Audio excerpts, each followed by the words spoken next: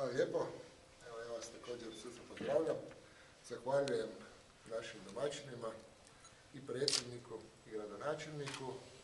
Drago mi je da sam ponovo u Mariboru, gradu u kojem smo i mi iz Hrvatske u pojedinim regijama sticali puno iskustava i puno razgovora i dogovora napravili. Ovo što smo danas analizirali, promatrajući sve skupa na tragu ovo što je govorio i gradonačelnik, to je da mi upoznamo naše prijatelje iz Slovenije, koje napore ulažemo u Hrvatskoj, ali jednako tako i da izrazimo i svoju potrebu za potporom na koju smo, ja moram reći, u zadnje vrijeme zdušno nailazili, koja će biti, uvjeren sam, do kraja, jer naš je cilj do kraja 6. mjeseca za mađarsko predsjedanja zatvoriti pregovore i ono što znamo reći, ne krenuti na novi put, nego vratiti se kući,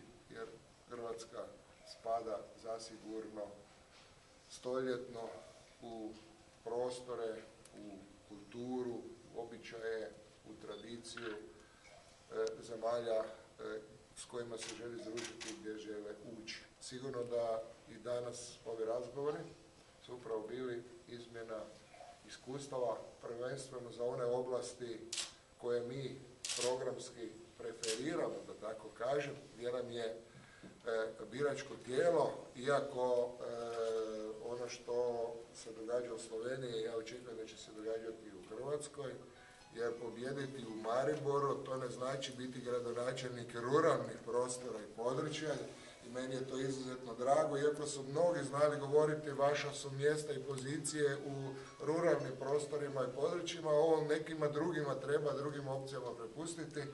Mislim da nismo da ova iskustva pokazuju i nas ohrabruju. Mi kao Hrvatska seljačka stranka dio smo koalicije u Republici Hrvatskoj.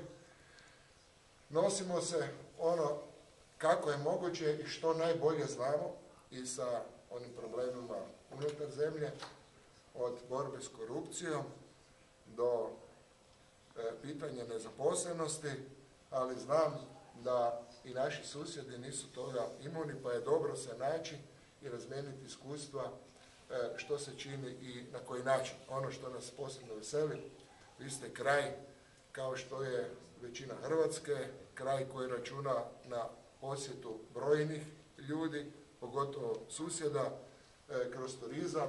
Mi u Hrvatskoj preko milijardu eura smo prošle godine ostvarili, mislimo da su nam tu potencijali mnogo veći, a koliko čujem, u dobrom postotku, gotovo 50% onih koji ovdje provode svoju zimu na snijegu, upravo završe na prostorima Slovenije.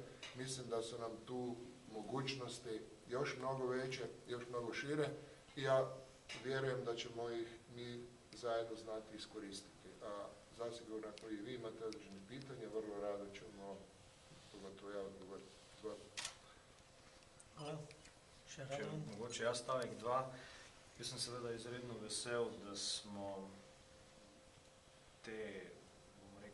ta srečanja z Hrvaško seljačko stranko obnovili.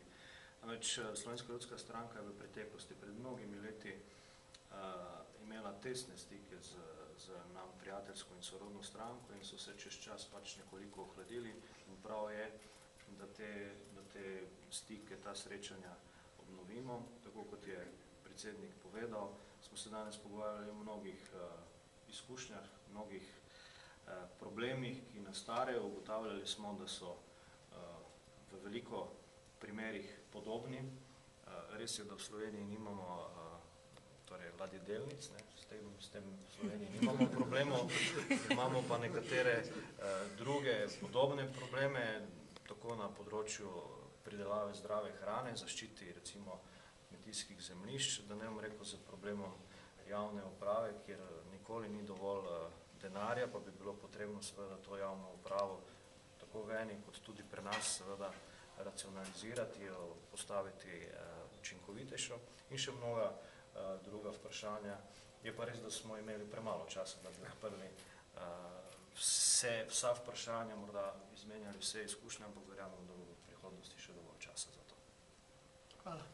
Gospod Žirel, samo jaz vprašal o referendumu v malem delu, zdaj se začela